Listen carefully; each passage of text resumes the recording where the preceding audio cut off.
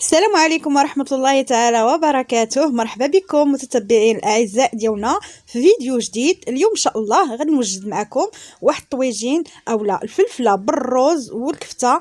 يعني الفلفلة معمرة كيف ما كتشاهدوا راه كتجي واعرة وبنينة. العشاق ديال الفلفلة معمرة كيف ما كتشاهدوا راه كتجي معلكه من البوطه ليكم مباشره، والرويحه ديالها كيف متلوقه في الدار. يا سلام كيف ما كتشوفوا هنايا كيفاش كتجي معلكه وخاتره، وما نقول لكمش على المذاق ديالها.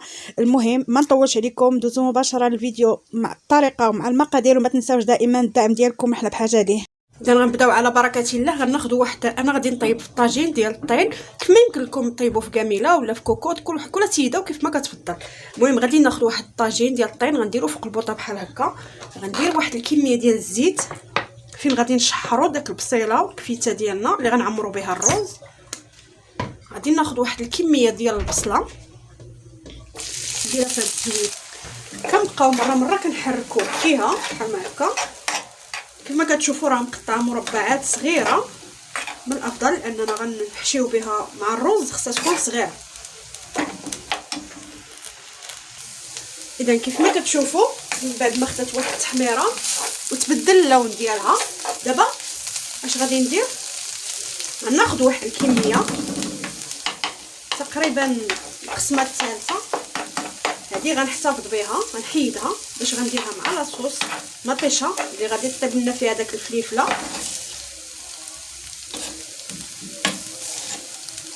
نحتفظ بها جانبا. وهذه اللي بقات كيف ما كتشوفوا غادي نضيف ليها واحد المقدار ديال الكفته كيف ما كتشوفوا، يعني على حسب الرغبه. السيده كدير اللي متوفر عندها في البيت ديالها. غادي نحاول نفرتها في هذه البصله مزيان ونشحرها حتى تتلي وتطيب. غادي نضيف ليها في العطريه كيف ما كتشوفوا عندي هنا واحد شويه ديال المليحه، شويه ديال الكمون، شويه ديال التحميره، شويه ديال الخرقوم، وشويه ديال الابزار. غادي نضيفهم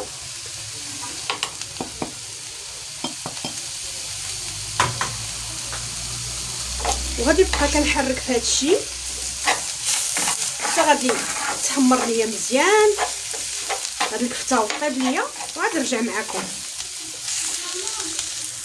من بعد ما فرتت هاد الكفته انا عندي ديال البقري، يمكن لكم ديروا اي كفته متوفره عندكم. غادي نضيف دابا واحد الكميه ديال الثومه، غنضيف النص دابا والنص غنخليه تنضيفو للصلصه فين غطيب لنا هاد الفلفله. دابا في نفس الطاجين فين شحرت البصيله والكفيته ديالي اللي غنعمر بها، ناخذ واحد الكميه ديال المطيشه مطحونه كيف ما كتشوفوا. انا ما ضفت ليها لا يعني لا ما لا حتى شي حاجه، غير هكاك، غير طحنتها ودرتها. غنضيف عليها هذيك البصيله اللي نقصنا قبيله مشحره، غنضيفها عليها.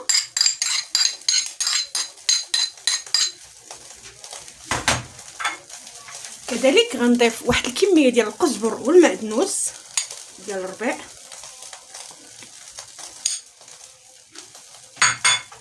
وغنضيف في التوابل كذلك عندي شويه ديال الملح، شويه ديال الخرقوم، شويه ديال البزار، التحميره، وشويه ديال الكمون. غنضيفهم من هاد لاصوص.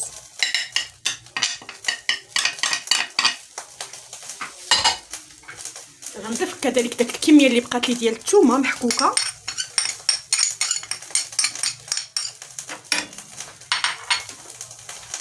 غنضيف واحد شويه ديال الزيت قياس 3 ديال المعالق كبارين. غنحرك هذا الشيء هذا مزيان مع بعضو وغنخليه كيطيب ليا شي شويه، بما ندوز نعمر الفلفله ديالي معكم ونحطوها طيب فيه. غنغطيو عليه ونخليوه يطيب. اذا الحشوه باش غنعمروا الرز غناخذوا واحد الكميه ديال الرز. هذا عندي الرز كلاصي اللي مسلوق تقريبا نص سلقه اولا اكثر شويه، المهم ما يكونش جاهز او ناضج تماما ياك. غادي نديروا له داك شويه د الربيع اللي بقى لنا قبيله، قزبر ومعدنوس، غادي نضيفوا له كذلك داك البصله اللي شحرنا مع الكفته مع الثومه.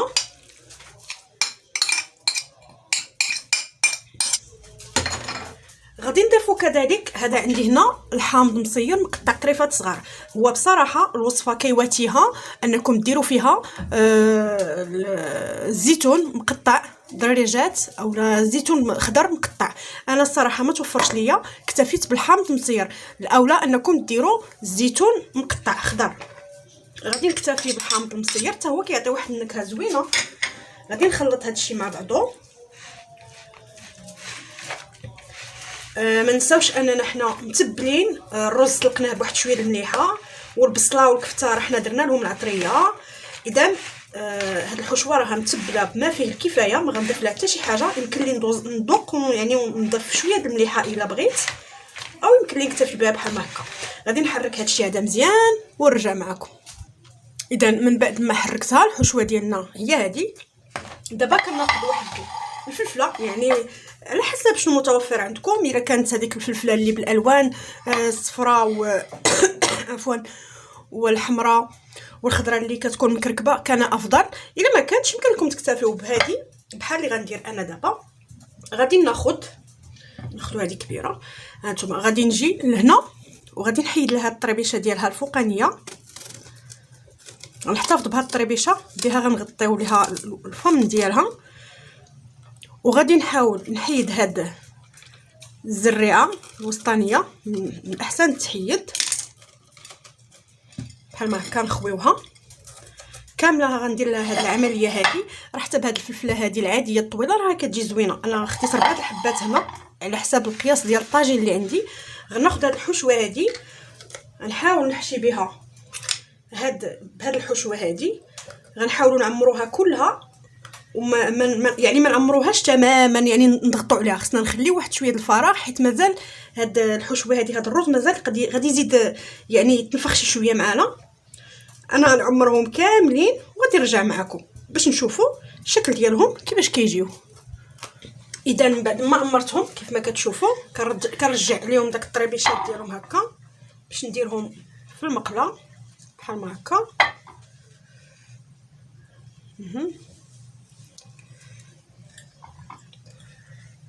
كاملين كنرجع عليهم هكا الطريبيشه ديالهم، نديوهم للمقيله ديالنا. دابا غادي ندوزو نديروها في هاد الطاجين ديالنا. بالنسبه لهاد الحشوه الا شاط لكم بحال اللي شاط ليا دابا، يمكن لكم تضيفوها على هاد لاصوص. الا جاتكم حدها قدها مزيان غادي نضيفها.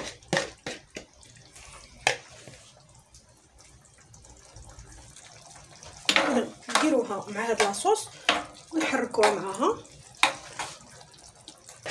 وغادي نبقاو ننزلوا هاد الفليفله ديالنا كيف ما كتشوفوا بحال ما هكا.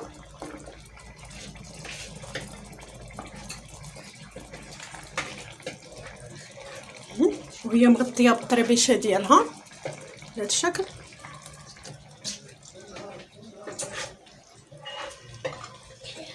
نضيفوا كذلك هاد الرابعه.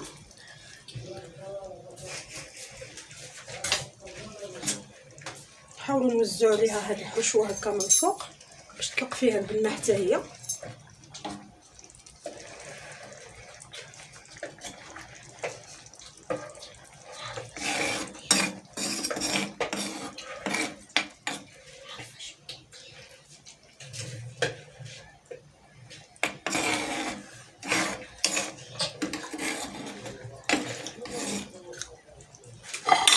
اذا دابا غادي نقص عليها البوطه مزيان، يعني نخليها طيب على افيه مهيله. نبقاو مره هاد الفلفلات نجيو نبقاو نحركوا بحال ما هكا باش ما يلصقولناش في القاع. ملي تبان لينا الفلفله طابت، المقادير كلها راه الاخرى تقريبا طايبه. ملي تبان لينا الفلفله بحال ما هكا يعني وجدات، صافي كيكون الطويجين ديالنا او الفلفله ديالنا معمره واجده. دابا غادي نغطي عليها ونخليها كطيب ونرجع معكم.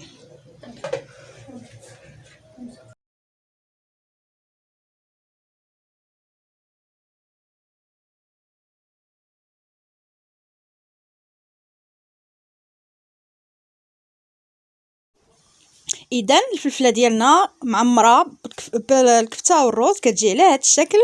يا سلام يا سلام على الريحه اللي طالقه في الدار، ما نعاود لكمش. كيف ما كتشوفوا راه كتجي بنينه ومعلكه كيف ما موضح في الفيديو، راه كتجي هائله. كنقدمها لكم بالصحه والراحه. ما تنساوش دعمونا وديروا لنا واحد اللايك والاشتراك، والى اللقاء الى فيديو لاحق.